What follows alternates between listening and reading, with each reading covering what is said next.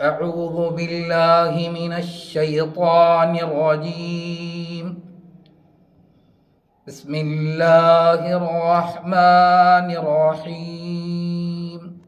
إن الحمد لله نحمده ونستعينه ونستغفره ونعوذ بالله من شرور أنفسنا ومن سيئات أعمالنا من يهده الله فلا مضل له ومن يضلله فلا هادي له وأشهد أن لا إله إلا الله وحده لا شريك له وأشهد أن محمدا عبده ورسوله يا أيها الذين آمنوا اتقوا الله حق تقاته ولا تموتن إلا وأنتم مسلمون يا أيها الناس اتقوا ربكم الذي خلقكم من نفس واحدة وخلق منها زوجها وبث منهما رجالا كثيرا ونساء واتقوا الله الذي تساءلون به والأرحام إن الله كان عليكم رقيبا يا أيها الذين آمنوا اتقوا الله وقولوا قولا سديدا يصلح لكم أعمالكم ويغفر لكم ذنوبكم ومن يطع الله ورسوله فقد فاز فوزا عظيما أما بعد فإن خير الحديث كتاب الله وخير الهدي هدي محمد صلى الله عليه وسلم وشر الأمور محدثاتها وكل محدثة بدعة وكل بدعة ضلالة وكل ضلالة في النار. فقد قال الله تبارك وتعالى في القرآن المجيد والفرقان الحميد فأعوذ بالله السميع العليم من الشيطان الرجيم من همزه ونفخه ونفثه بسم الله الرحمن الرحيم ولا تحسبن الذين قتلوا في سبيل الله أمواتا بل أحياء عند ربهم يرزقون رب اشرح لي صدري ويسر لي أمري واحلل عقدة من لساني يفقهوا قولي رب زدني علما سبحانك لا علم لنا إلا ما علمتنا إنك أنت العليم الحكيم. معزز حاضرین، ہر قسم کی تعریف، ہر قسم کی بڑائی، بزرگی اللہ رب العالمین کے لیے لائق و زیبا ہے، جو میرا، آپ کا اور تمام مخلوقات عالم کا تن تنہا خالق ہے، ہم سب کا رازق ہے اور ہم سب کو ایک دن اسی کی طرف پلٹ کر جانا ہے.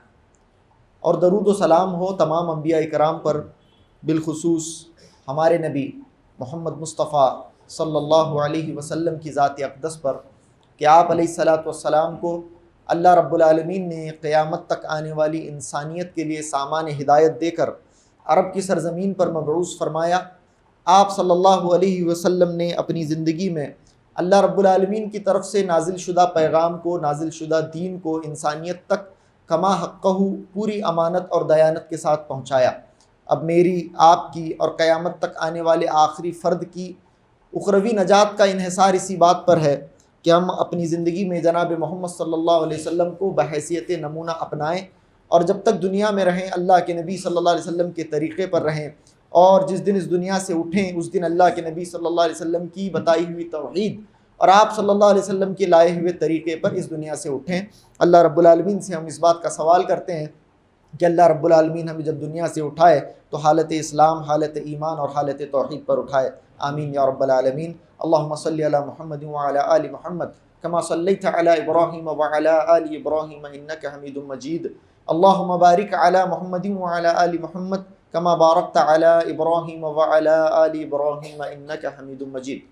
معزز حاضرین، پیارے نبی صلی اللہ علیہ وسلم کی پیاری سیرت اور سیرت طیبہ میں بالخصوص غزوہ احد سے متعلق باتیں آپ کے سامنے پچھلے کئی خطبوں سے پیش کی جا رہی ہیں. پچھلے خطبے میں آپ نے سنا کہ کس طرح سے جنگ اختتام پذیر ہوئی، کس طرح سے حضرت عمر رضی اللہ تعالیٰ عنہ اور ابو سفیان کے درمیان مکالمہ ہوا اور اللہ کے نبی صلی اللہ علیہ وسلم نے صحابہ اکرام کی رہنمائی فرمائی کہ وہ کس طرح سے مشرکین کو جواب دیں. اس سلسلے میں آپ کے سامنے باتیں آئیں. بہت زیادہ تاخیر اور تمہید کے بغیر آج کے اس خطبے میں ایک خاص صحابی کے سلسلے میں آپ کے سامنے بات بتاؤں گا، اور اس سلسلے میں ایک عقیدہ جو ہمارا ہونا چاہیے اس کو بھی ہم مستنبط کرنے کی دلائل کی روشنی میں کوشش کریں گے. حضرت جابر بن عبداللہ رضی اللہ تعالیٰ عنہ سے ہم سب واقف ہیں. اکثر نے صحابی رسول حضرت جابر بن عبداللہ رضی اللہ تعالیٰ عنہ کا نام سنا ہے. مشہور صحابی ہیں، انصاری صحابی ہیں، حضرت جابر بن عبداللہ رضی اللہ تعالیٰ. حضرت جابر بن عبداللہ رضی اللہ تعالیٰ عنہ کے والد ہیں حضرت عبداللہ ابن عمرو ابن حرام رضی اللہ تعالیٰ عنہ. حضرت عبداللہ ابن عمرو ابن حرام یہ کس کے والد؟ حضرت جابر بن عبداللہ رضی اللہ تعالیٰ عنہ کے والد. کل صبح احد کی جنگ ہے، بخاری شریف کی حدیث ہے کہ کل احد کی جنگ ہے، تو رات میں حضرت جابر بن عبداللہ کے والد حضرت جابر کو بلاتے ہیں.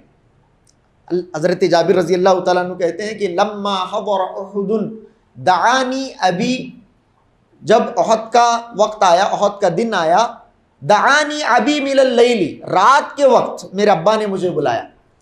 باپ اپنے بیٹے کو بلاتا ہے. حضرت جابر بن عبداللہ کے والد حضرت عبداللہ ابن حرام حضرت جابر رضی اللہ تعالیٰ عنہ کو بلاتے ہیں. بلا کر اپنے بیٹے کو کیا کہتے ہیں معلوم؟ کہتے ہیں کہ ما ارانی الا مقتولا فی اول من یقتل فی اصحاب النبی صلی اللہ علیہ وسلم. میرے بیٹے مجھے ایسا لگ رہا ہے، دیکھیے اللہ کے اولیاء ہیں، حقیقی اولیاء ہیں، اللہ کے ولی ہیں یہ لوگ، سبحان اللہ. کہتے ہیں حضرت جابر بن عبداللہ کے والد حضرت عبداللہ ابن عمرو اپنے بیٹے سے کہ ما ارانی الا مقتولا، بیٹا مجھے ایسا لگ رہا ہے کہ میں شہید ہو کر رہوں گا. کل جو جنگ ہونے والی ہے مجھے ایسا لگ رہا ہے کہ میں شہید ہونے والا ہوں. نہ کہ صرف یہ کہ میں شہید ہونے والا ہوں، میں اللہ کے نبی صلی اللہ علیہ وسلم کے صحابہ میں سب سے پہلے کل شہید ہونے والا میں ہی ہوں، مجھے ایسا لگ رہا ہے. بخاری شریف کی حدیث ہے ما ارانی الا مقتولا فی اصحاب رسول اللہ صلی اللہ اول من یقتل فی اصحاب رسول اللہ صلی اللہ علیہ وسلم. میں کل سب سے پہلے، کل صبح سب سے پہلے اگر کوئی شہید ہوگا تو مجھے لگ رہا ہے کہ میں ہی ہونے والا. ایسا باپ نے کہا اپنے بیٹے کو. دیکھیے اللہ کے اولیاء ہیں، ان کو یہ محسوس ہوا کہ کل میں سب سے پہلے شہید ہونے والا ہوں. بیٹے کو کہتے ہیں ما اترک من بعدی اعز علی منک غیر نفس رسول اللہ صلی اللہ علیہ وسلم. میرے بیٹے میں اب میری زندگی میں تجھ سے زیادہ کسی کو عزیز چھوڑ کر نہیں جا رہا ہوں اللہ کے نبی کے بعد صلی اللہ علیہ وسلم. دیکھیں یہاں پر بھی اسپیسیفکلی مینشن کر رہے ہیں کہ مجھے اللہ کے نبی صلی اللہ علیہ وسلم کے بعد اگر اس دنیا میں سب سے زیادہ کوئی پیارا اور محبوب ہے تو ہی ہے، اور میں جسے چھوڑ کر جا رہا ہوں، چھوڑ کر جانے والوں میں اللہ کے نبی صلی اللہ علیہ وسلم کے بعد مجھے سب سے زیادہ پیارا تو ہی ہے. اب تجھے کیا کرنا ہوگا؟ ان علی دینا، میرے بیٹے میرے اوپر قرضہ ہے، میرے اوپر قرض ہے، فقضی، تو میرے قرضے کو چکا دے، میرے قرضے کو چکا. اور تیری بہنیں ہیں، میری بیٹیاں ہیں، 9 بیٹیاں تھیں ان کی، 9 بیٹیوں والے تھے، اور حضرت جابر بن عبداللہ بیٹے ان کے.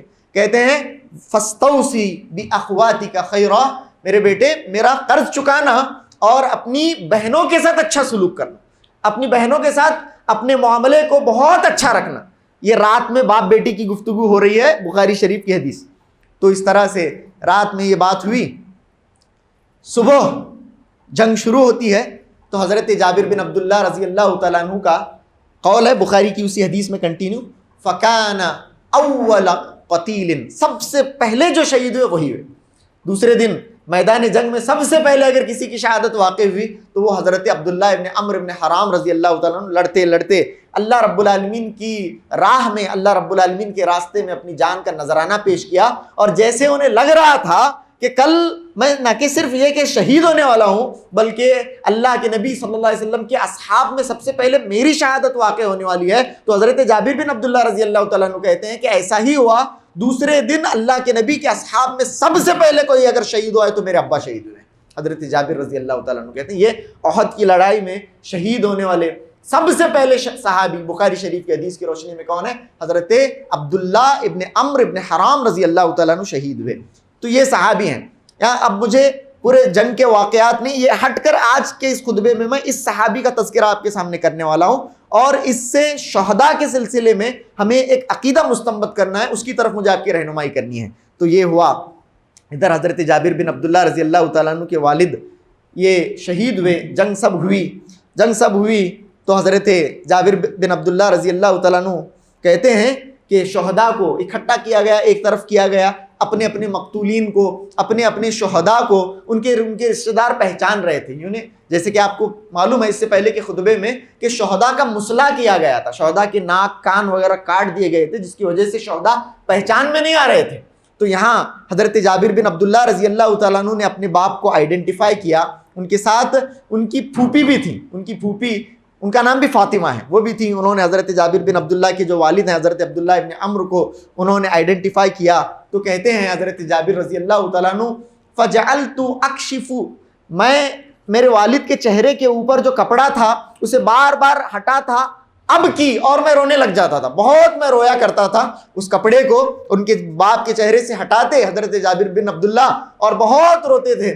اس کے بعد ان کی بہن آئیں اور وہ بھی اپنے بھائی کی لاش کو دیکھنے لگیں، بہت رونے لگیں. اللہ کے نبی صلی اللہ علیہ وسلم نے فرمایا، بخاری شریف کی حدیث ہے، تبکین او لا تبکین، تم روئے یا نہ رو، تم رو یا نہ رو، ما زالت الملائکۃ تظلہ حتی رفعتموہ، فرشتے ان کے اوپر سایہ کر رہے ہیں. اللہ کے نبی نے فرمایا، بخاری کی حدیث ہے، تم رو یا نہ رو اس بات سے کچھ فرق نہیں پڑتا ہے، فرشتے ان کے اوپر سایہ کیے ہوئے ہیں. ما زالت الملائکۃ تظلہ حتی رفعتموہ، یہاں تک کہ تم انہیں اٹھا کر تدفین ان کی نہیں کر دیتے تب تک برابر فرشتے ان کو سایہ کرتے رہیں گے.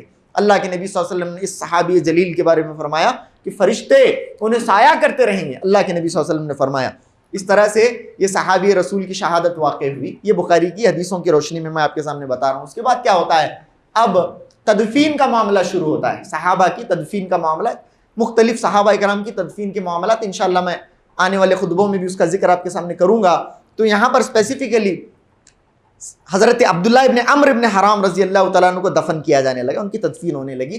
جیسے کہ آپ نے سنا ہے کہ یہ ماس گریوز تھیں، ماس گریوز یعنی یہ جو قبریں تھیں اس کے اندر ایک لاش نہیں بلکہ ایک سے زائد مردوں کو دفنایا جا رہا تھا، اس طرح کا معاملہ تھا.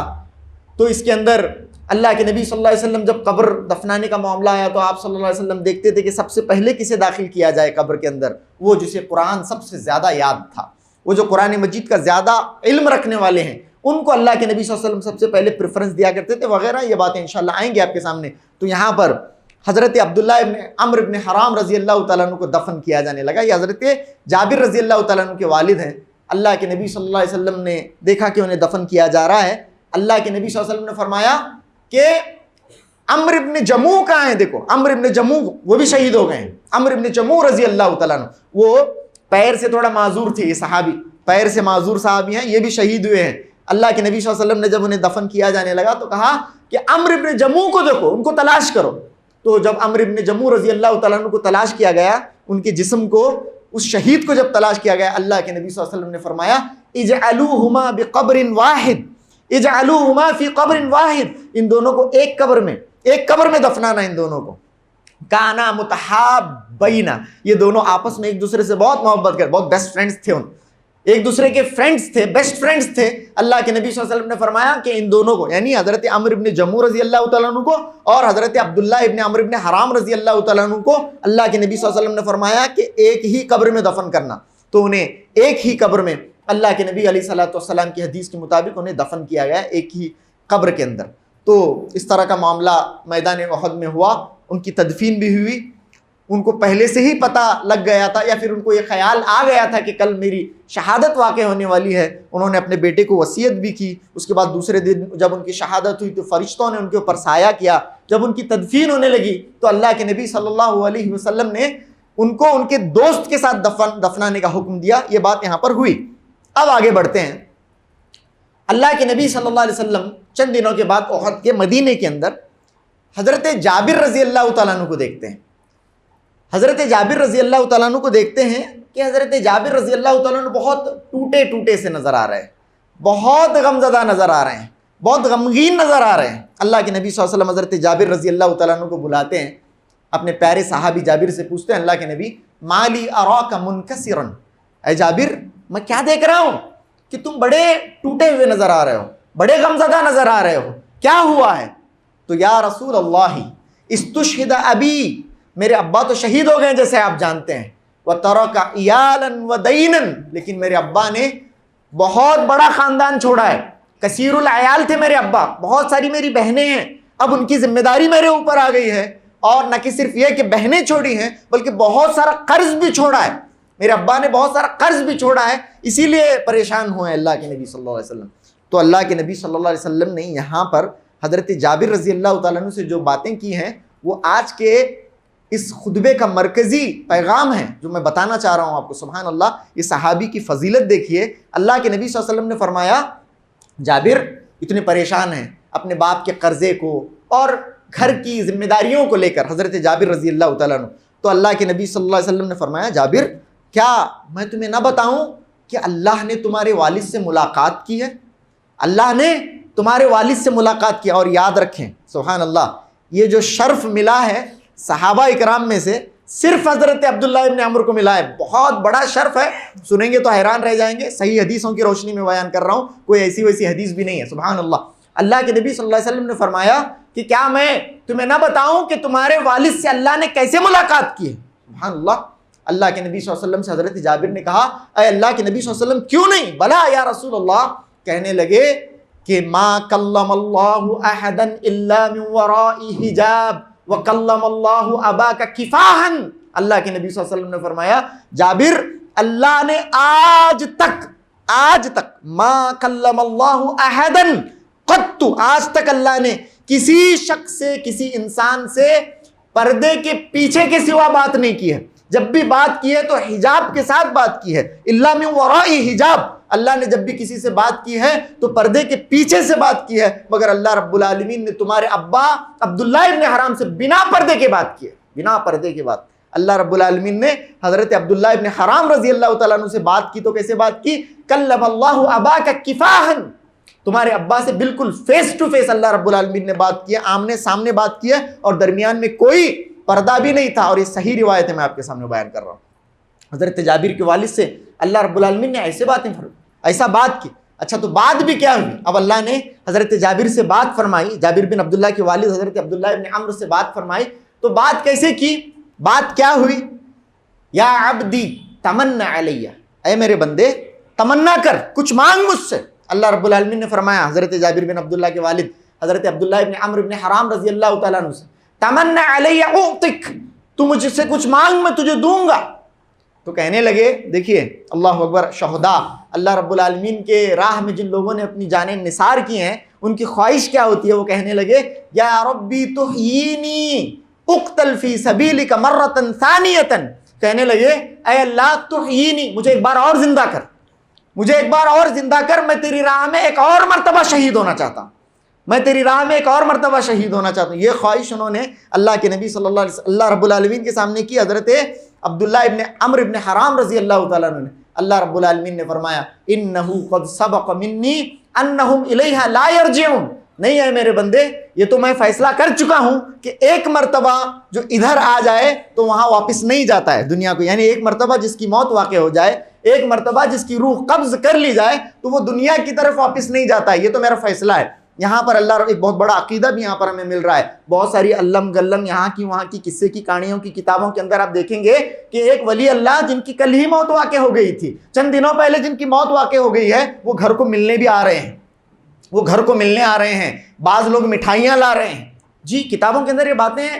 بعض لوگ اپنی بیوہ جو ہے, اپنی جو بیوی ہے, اسے لا کر مٹھائیاں دے رہی ہیں, مٹھائیاں دے رہی ہیں.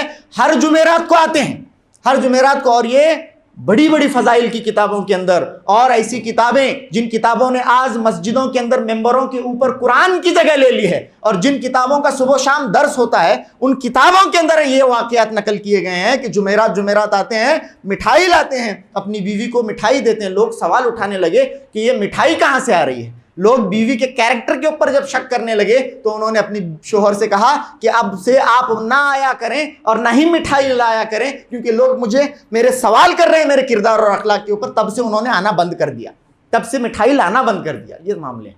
اگر اللہ رب العالمین بھیجتا تو اس شہید کو بھیجتا, اور اللہ رب العالمین نے ان سے سامنے پوچھا تمنا علیہ اعطک, اے میرے بندے مانگ میں تجھے دینا چاہتا ہوں. انہوں نے کہا تحیینی, اے اللہ تو مجھے زندہ کر, میں ایک مرتبہ اور شہید ہونا چاہتا ہوں. اللہ رب العالمین نے فرمایا انہ قد سبق منی انہم الیہا لا یرجعون, اے میرے بندے میرا فیصلہ صادر ہو چکا ہے کہ ایک مرتبہ جو مر گیا, ایک مرتبہ جو اس عالم کے اندر آ گیا, وہ اس عالم میں واپس نہیں جا سکتا. یہ حضرت جابر بن عبداللہ کے والد کو اللہ رب العالمین نے کلیئرلی فرما دیا ہے.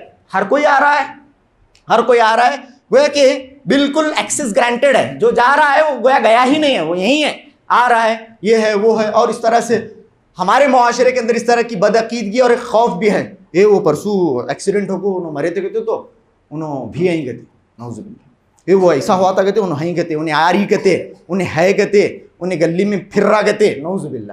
اس طرح سے گھروں کے اندر یہ باتاں، بچوں کے سامنے یہ باتاں، وہ بچہ بچپن میں چھوٹا ہے، وہ ابھی اس کا کچا ذہن ہے، اس کا بالکل ایسا آٹا ہے وہ ذہن جو کسی بھی طرح سے کوئی بھی شیپ لینے کے لیے تیار ہے، ایسے میں اسے یہ بدعقیدگی اس کے ذہن میں ڈال کر گھول کر پلا کر اسے بڑا کر دیا جا رہا ہے، اب وہ اسی سوچ کے ساتھ بڑا ہو رہا ہے۔ اللہ اکبر، نہیں ایسا کچھ ہونے والا نہیں ہے، ایسا کچھ ہوتا نہیں ہے۔ تو خیر کوئی روح واپس نہیں آ سکتی، اگر آتی تو کس کی آ سکتی تھی؟ اس شہید کی آتی، جس سے اللہ رب العالمین نے کیسے خطاب فرمایا؟ اللہ رب العالمین نے بغیر حجاب جس سے خطاب فرمایا۔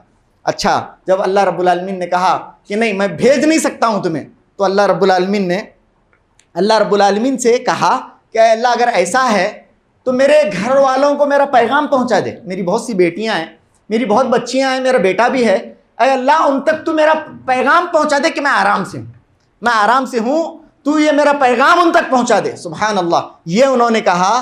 تو قرآن مجید کی سورہ آل عمران کی جو آیت میں نے خطبہ مسنونہ میں آپ کے سامنے پڑھی ہے، اللہ رب العالمین نے فرمایا ٹھیک ہے میرے بندے، میں تیرے پیغام کو پہنچا دیے دیتا ہوں۔ اللہ رب العالمین نے آسمان سے سورہ نازل فرمایا، آسمان سے آیتیں نازل فرمائی۔ اللہ کے نبی صلی اللہ علیہ وسلم نے ان آیتوں کو حضرت جابر بن عبداللہ رضی اللہ تعالیٰ عنہ تک پہنچایا کہ کوئی ٹینشن کی بات نہیں ہے، تمہارے ابا کے بارے میں اللہ رب العالمین نے قرآن میں آیتیں نازل فرمائی ہیں، وَلَا تَحْسَبَنَّ الَّذِينَ قُتِلُوا فِي سَبِيلِ اللَّهِ أَمْوَاتًا۔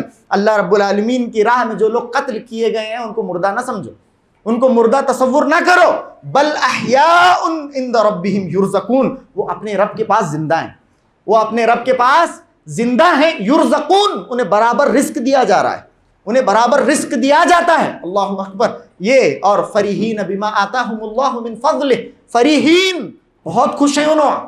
یہ پیغام، باپ کا پیغام بیٹے کے نام، بیٹے کو اللہ رب العالمین نے بتا دیا، جاؤ تم اپنی بہنوں کو بھی بتا دینا یہ بات۔ فریحین بما آتاہم اللہ من فضلہ، بہت خوش ہیں جو اللہ رب العالمین نے اپنے فضل سے انہیں عطا کیا ہے، اس فضل کو پا کر وہ بے انتہا خوش ہیں۔ اور وَيَسْتَبْشِرُونَ بِالَّذِينَ لَمْ يَلْحَقُوا بِهِمْ، اور ان لوگوں کو خوشخبری سناتے ہیں جو ابھی انہیں ملے نہیں ہیں۔ تمہارے ابا تمہیں خوشخبری دے کر بھیج رہے ہیں کہ وہ بڑے اچھے حال میں ہیں، اور تم بھی اگر شہید ہوتے ہو، واپس وہاں پر چلے جاتے ہو، تو تم بھی اسی حال میں رہو گے، کیونکہ بہت بڑا اعزاز ہے، بہت اکرام ہے شہداء کا اللہ رب العالمین کے دربار میں۔ تو یہ اللہ رب العالمین نے پیغام اللہ کے نبی صلی اللہ علیہ وسلم کے ذریعے حضرت جابر بن عبداللہ رضی اللہ تعالیٰ عنہ کو پہنچا دیا، اور ان کے ابا سے کیسے اللہ رب العالمین نے ہم کلامی فرمائی کہ بنا کسی حجاب کے ہم کلام اللہ رب العالمین ان کے والد سے ہوا ہے۔ اسی طریقے سے ایک اور حدیث بھی ہے، ایک اور حدیث ہے، وہ حدیث بھی میں آپ کے سامنے بیان کروں، مسلم شریف کی حدیث ہے۔ اللہ کے نبی صلی اللہ علیہ وسلم نے فرمایا لما اصیب اخوانکم یوم احد، جب تمہارے بھائی احد کے دن شہید ہوئے۔ کتنے صحابہ شہید ہوئے معلوم آپ کو؟ 70 سے زائد صحابہ، جس کے اندر حضرت مصعب بن عمیر ہیں، جس کے اندر حضرت انس بن نضر ہیں، جس کے اندر حضرت حمزہ رضی اللہ تعالیٰ عنہ ہیں، بڑے بڑے صحابہ اکرام، 70 صحابہ اکرام جس کے اندر شہید ہوئے۔ ان کے بارے میں اللہ کے نبی نے مسلم شریف کی اس حدیث میں فرمایا لما اصیب اخوانکم یوم احد، جب تمہارے بھائی احد کے دن شہید ہوئے، جعل اللہ ارواحہم فی جوف طیر خضر، اللہ نے ان کی روحوں کو جنت کے سبز پرندوں کے اندر ڈال دیا ہے۔ اللہ رب العالمین نے ان کی روحوں کو، سبحان اللہ، کتنی باتیں ہیں، اور یہ ایسی باتیں ہیں، روح والی معاملہ، روح کے عالم برزخ کے یہ سارے معاملات ہماری تصور سے بہت ماوراء ہیں۔ یاد رکھیں جتنا بتایا جا رہا ہے اتنی باتوں کو لے لیں، بہت زیادہ قرید کرنے کی ضرورت نہیں ہے، کیونکہ وما اوتیتم من العلم الا قلیلا، اس ڈپارٹمنٹ میں اللہ رب العالمین نے ہمیں جو علم دیا ہے بہت کم دیا ہے، بہت لمیٹڈ باتیں اللہ رب العالمین نے ہمیں بتائی ہیں، وہ اس لیے بھی کہ اس پورے معاملے کو، عالم برزخ کو اور برزخی احوال کو اور برزخی معاملات کو سمجھنے کی اس دنیا کے اندر اللہ رب العالمین نے جو ہمیں عقل دی ہے، اس عقل کے اندر اتنی طاقت ہی نہیں ہے، اس عقل کے اندر اتنی قدرت ہی نہیں ہے کہ ہم ان احوال کو سمجھ سکیں۔ اللہ رب العالمین نے اسی لیے فرمایا وما اوتیتم من العلم الا قلیلا، روح کے معاملات کے اندر، عالم برزخ کے معاملات کے اندر تمہیں جو علم دیا گیا ہے وہ بہت تھوڑا ہے، بہت تھوڑا ہے۔ خیر، اللہ رب العالمین نے ان شہداء کی روحوں کو کیا کیا؟ پرندے، جنت کے سبز رنگ کے پرندے، فی جوف طیر خضر، ان پرندوں کے اندر اللہ رب العالمین نے ان کی روحوں کو ڈال دیا، یعنی ان کو قیامت تک ایک جسم دے دیا، ان روحوں کو ایک جسم اللہ رب العالمین نے دے دیا۔ اب یہ روحیں جنت میں گھوم رہی ہیں، سبحان اللہ، جنت میں گھوم رہی ہیں، ترید انہار الجنت تاکل من ثمارها، یہ جنت کے اندر گھوم رہی ہیں، جنت کی نہروں کا پانی پیتی ہیں، یعنی یہ جو پرندے ہیں، یہ جو روحیں ہیں، اڑتے ہوئے جنت میں بسیرا کر رہی ہیں، جنت میں گھوم پھر رہی ہیں اور جنت کی نہروں کا پانی پیتی ہیں اور جنت کے پھل کھاتی ہیں یہ روحیں. یعنی یہ جو صحابہ اکرام ہیں، ان کی جو جتنے بھی شہداء ہیں، ان کی روحیں پرندوں کے اندر ہیں، پرندوں کے اندر ہیں اور جنت میں کھا پی رہی ہیں. اچھا، اب جب پرندہ بھی ہوتا ہے تو اسے بسیرا کرنے واپس آنا ہوتا ہے، نہیں پورا گھوم پھر کر کھا پی کر پرندہ واپس آ کر بسیرا کرتا ہے. مسلم شریف کی حدیث میں اللہ کے نبی صلی اللہ علیہ وسلم نے فرمایا تأوی، واپس آ کر بسیرا کرتی ہیں الی قنادیل من ذہب معلقۃ فی ظل العرش. اللہ کے نبی صلی اللہ علیہ وسلم نے فرمایا کہ جب واپس آ کر بسیرا کرتی ہیں تو کہاں کرتی ہیں پتہ ہے؟ عرش کے نیچے قندیلیں لٹکی ہوئی ہیں، عرش کے نیچے سونے کی قندیلیں لٹکی ہوئی ہیں، ان سونے کی قندیلوں میں آ کر یہ پرندے بسیرا کرتے ہیں، سونے کی قندیلوں میں آ کر یہ پرندے بسیرا کرتے ہیں. سبحان اللہ. یہ اور پھر اللہ رب العالمین اپنے بندوں سے پوچھتا ہے حل تشتہون شیئا، اے میرے بندوں کیا تمہیں کچھ کم ہے، کچھ چاہتے ہو؟ اللہ رب العالمین اپنے ان بندوں سے پوچھتا ہے تو یہ کہتے ہیں ایو شیء نشتہی، ای شیء نشتہی ونحن نصرہ من الجنت، ونحن نصرہ من الجنت. اے اللہ ہم کون سی چیز چاہیں گے؟ ہم لوگ کہاں ہیں معلوم ہے؟ ہم لوگ جنت میں ہیں، اور جنت میں کس چیز کی کمی ہے؟ اللہ رب العالمین ان سے پوچھتا ہے حل تشتہون شیئا، اے میرے بندوں کیا تمہیں کچھ چاہیے؟ بندے کہیں گے اے اللہ ہم جنت میں ہیں، ہم کیا چاہیں گے جنت کے اندر ہم؟ اللہ رب العالمین ان سے واپس 3 مرتبہ یہ سوال دہراتا ہے. تو تیسرے چوتھے بار وہ کہتے ہیں کہ اے اللہ تو ہماری روحوں کو واپس ہمارے جسموں میں لوٹا دے، ہم ایک مرتبہ پھر شہید ہو کر تیرے پاس آنا چاہتے ہیں. یہ اعزاز انہیں اتنا پسند آ گیا تھا، اتنا پسند آ گیا تھا کہ اللہ رب العالمین کے بار بار اصرار کرنے پر وہ اللہ رب العالمین سے یہ سوال کر بیٹھے کہ اے اللہ ہماری روحوں کو تو واپس ہمارے اجساد کے اندر لوٹا دے، ہم واپس شہید ہو کر تیرے پاس آنا چاہتے ہیں. لیکن اللہ رب العالمین کو معلوم ہوا کہ انہیں کوئی چیز کی وجہ سے ضرورت نہیں ہے، یہ خواہش ان کی ہے، لیکن یہ تو میرا فیصلہ میں کر چکا ہوں. اللہ رب العالمین نے انہیں اس کے بعد چھوڑ دیا کہ ٹھیک ہے تم جنت کے اندر کھاؤ پیو مزے سے رہو. تو یہ معاملہ شہیدوں کا ہوا. اور اللہ رب العالمین نے حضرت جابر بن عبداللہ رضی اللہ تعالیٰ عنہ کا کہ ان کے والد کا پیغام ہم تک اور ان کے گھر والوں تک پہنچایا. یہ تھے حضرت جابر بن عبداللہ رضی اللہ تعالیٰ عنہ کے والد. اچھا، اس کے بعد ایک اور معاملہ بڑا عجیب و غریب پیش آتا ہے. حضرت جابر بن عبداللہ رضی اللہ تعالیٰ عنہ، وہ بیان کرنے سے پہلے میں پہلے یہ بتاؤں کہ چونکہ باپ نے کہا تھا کہ میرے اوپر ہے میرے بیٹے قرض ہے، تو قرض کا معاملہ تھا. دوسرا ان کی بہنیں تھیں، 9 بہنوں کے بھائی تھے حضرت جابر بن عبداللہ رضی اللہ تعالیٰ عنہ. جب ان کے نکاح کا معاملہ ہے، نوجوان ہے، چاہے تو حسین ترین اور اپنی ہم عمر دوشیزہ سے نکاح کر سکتا تھا، انہوں نے نکاح کیا. اللہ کے نبی صلی اللہ علیہ وسلم کو معلوم ہوا کہ انہوں نے نکاح کیا ہے. اللہ کے نبی صلی اللہ علیہ وسلم نے ان سے پوچھا ام تزوجت بکرن ام سیبن، اے جابر کیا تم نے نکاح کیا؟ ہاں اللہ کے نبی میں نے نکاح کیا. کس سے نکاح کیا؟ بیوہ سے کیا ہے یا کنواری لڑکی سے کیا ہے؟ کہنے لگے اے اللہ کے نبی میں نے ایک بیوہ سے نکاح کیا ہے، میں ایک بیوہ سے میں نے نکاح کیا ہے. اللہ کے نبی نے کہا کیوں تم نے کنواری لڑکی سے نکاح کیوں نہیں کیا؟ اللہ کے نبی نے فرمایا کہ تلاعبها وتلاعبک، یعنی تم اس سے کھیلتے وہ تم سے کھیلتی، تم نے ایک کم عمر نوجوان لڑکی سے نکاح کیوں نہیں کیا؟ اللہ کے نبی صلی اللہ علیہ وسلم سے حضرت جابر رضی اللہ تعالیٰ نے کہا کہ اللہ کے نبی صلی اللہ علیہ وسلم میری بہنیں اگر میں کسی کنواری لڑکی کو نکاح کر کے لایا تو وہ انہی میں سے ایک ہو جائے گی، انہی کے ساتھ وہ ہو جائے گی، ان کے برابر ہو جائے گی، تو پھر ان کو ادب کون سکھائے گا، ان کے اوپر نگرانی کون کرے گا؟ اسی لیے میں نے میرے باپ کی وصیت کو اور میرے باپ کی جو مجھ سے وصیت تھی اسے میں نے عمل کرتے ہوئے میں نے ایک طیبہ سے نکاح کیا ہے. یہ تھے حضرت جابر رضی اللہ تعالیٰ عنہ. خیر، ایک اور ایک عجیب و غریب معاملہ حضرت جابر بن عبداللہ رضی اللہ تعالیٰ عنہ کے والد حضرت عبداللہ ابن حرام رضی اللہ تعالیٰ عنہ کا یہ ہوا. یہ موطا کی حدیث ہے، موطا کی حدیث کہ ایک بار مدینے کے اندر باڑھ آئی، باڑھ، ٹھیک ہے، تو باڑھ آنے کی وجہ سے قبروں کے اندر پانی گھس گیا اور قبریں اکھڑ گئیں. جو احد کے اندر، احد کے میدان کے اندر جو قبریں تھیں وہ قبریں اکھڑ گئیں باڑھ کی وجہ سے. اس طرح سے ہوتا رہتا ہے. یہاں پر ہمارے پاس بھی، ہمارے شہر کے اندر بھی ہم نے سنا ہے، ہم بھی بہت چھوٹے تھے، 2009 اور 2008 کی بات ہے، تب ہم نے سنا ہے، ہم نے دیکھا تو نہیں ہے کہ ہمارے یہاں بھی باڑھ کی وجہ سے اس طرح کا قبرستانوں کے اندر معاملہ ہوا تھا کہ پانی گھسنے کی وجہ سے قبریں جو ہے نکل گئی تھیں، اس طرح کا معاملہ ہوا ہے.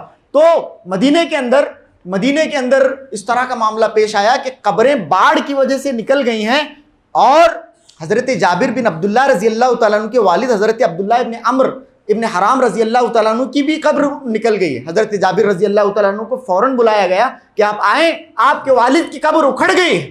اکھڑ گئی ہے. تو آیا حضرت جابر رضی اللہ تعالیٰ عنہ آئے اور انہوں نے دیکھا, سبحان اللہ, انہوں نے دیکھا کہ دونوں کی دونوں لاشیں, ایک قبر میں 2 جنے تھے, حضرت عبداللہ ابن عمرو ابن حرام رضی اللہ تعالیٰ عنہ ہیں اور دوسرے حضرت عمرو ابن جموح رضی اللہ تعالیٰ عنہ ہیں. دونوں کے دونوں ایسے ہیں جیسے کہ سوئے ہوئے ہیں, اور کأنہما ماتا بالامس, گویا کہ کل ہی ان کا انتقال ہوا ہے, گویا کہ ان کا انتقال کل ہی ہوا ہے. یہاں تک کہ ان کے زخم, ان کے چہرے پر ایک زخم لگایا تھا اور اس زخم کے اوپر انہوں نے اپنا ہاتھ رکھا ہوا تھا.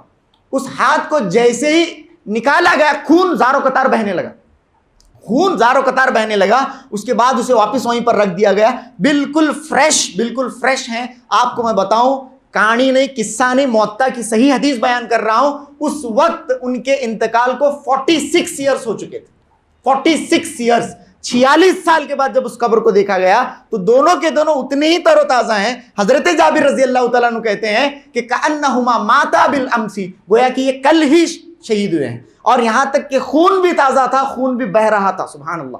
یہ معاملہ اللہ رب العالمین, یہ اکرام کا معاملہ اللہ رب العالمین اپنے بندوں سے کرتا ہے. اپنے وہ بندے جنہوں نے اپنی جان کو اللہ کی راہ میں جان نہیں سمجھا. دیکھیے, ایک انسان کے لیے سب سے زیادہ پیاری چیز اس کی جان ہوتی ہے, کوئی مانے یا نہ مانے, کوئی مانے یا نہ مانے. جب موقع آتا ہے تو یقیناً یہ بات ظاہر ہو جاتی ہے کہ انسان کو سب سے زیادہ اپنی جان پیاری ہوتی ہے. تو یہاں پر یہ وہ لوگ تھے سبحان اللہ کہ جنہوں نے اللہ رب العالمین کے دین کی خاطر, اللہ کے دین کی راہ میں اس کی ترویج و اشاعت کے اندر اور کفر کے سد باب کے لیے, شرک کے سد باب کے لیے اپنی جان تک کو جان نہیں سمجھا, اپنی اولاد کو اولاد نہیں سمجھا, اپنی مال کو مال نہیں سمجھا. یہ وہ لوگ تھے. تو اللہ رب العالمین نے بھی ان کا ایسا ہی اکرام فرمایا. یہ تھے حضرت عبداللہ ابن عمرو ابن حرام رضی اللہ تعالیٰ عنہ.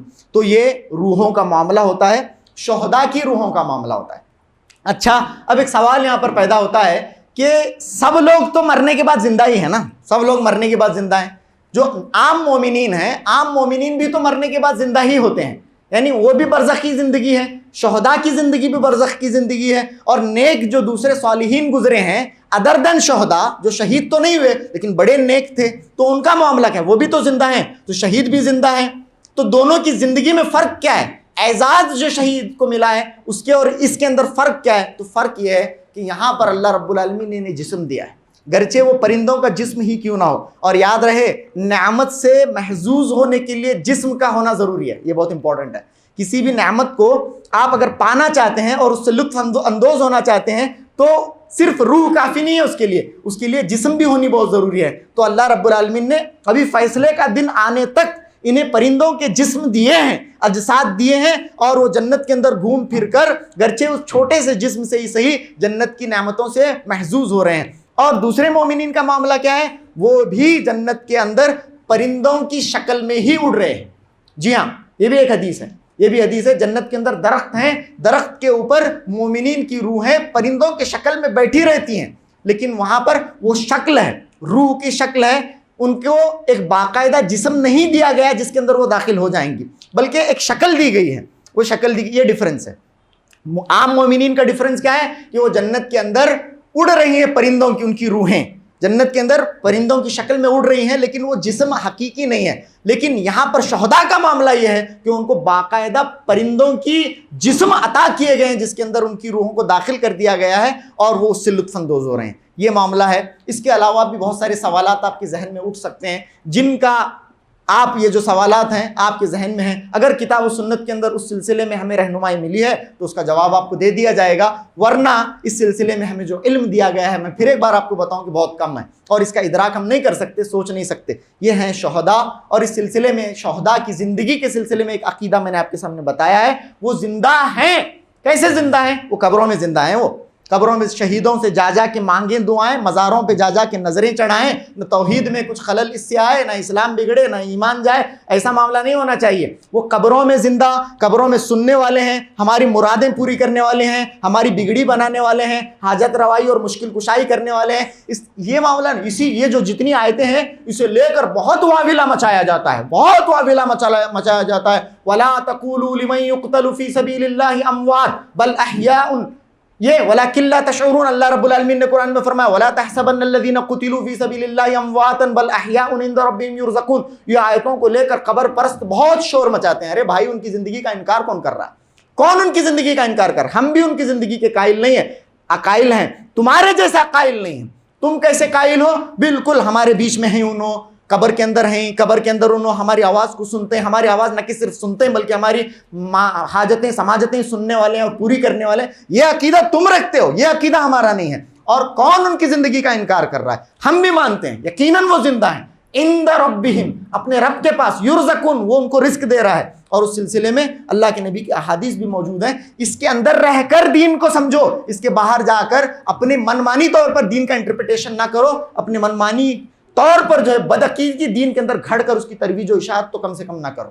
خیر، عقائد کے سلسلے میں، شہداء کی روحوں کے سلسلے میں چند باتیں آپ کے سامنے آئیں، اور احد کے شہداء کے سلسلے میں باتیں، اور بالخصوص حضرت عبداللہ ابن عمرو ابن حرام رضی اللہ تعالیٰ عنہ کے سلسلے میں آپ کے سامنے صحیح ترین احادیث کی روشنی میں آج کا یہ خطبہ میں نے آپ کے سامنے کیا ہے۔ آخر میں اللہ رب العالمین سے دعا ہے کہ اللہ رب العالمین ہمارے عقائد کی، ہمارے اعمال کی ہمیں اصلاح کرنے کی توفیق عطا فرمائے، جب تک دنیا میں اللہ رب العالمین ہمیں رکھے، حالت توحید پر رکھے۔ وآخر دعوانا ان الحمد للہ رب العالمین، وصلی اللہ علی نبینا محمد وآلہ وصحبہ وسلم تسلیما کثیرا۔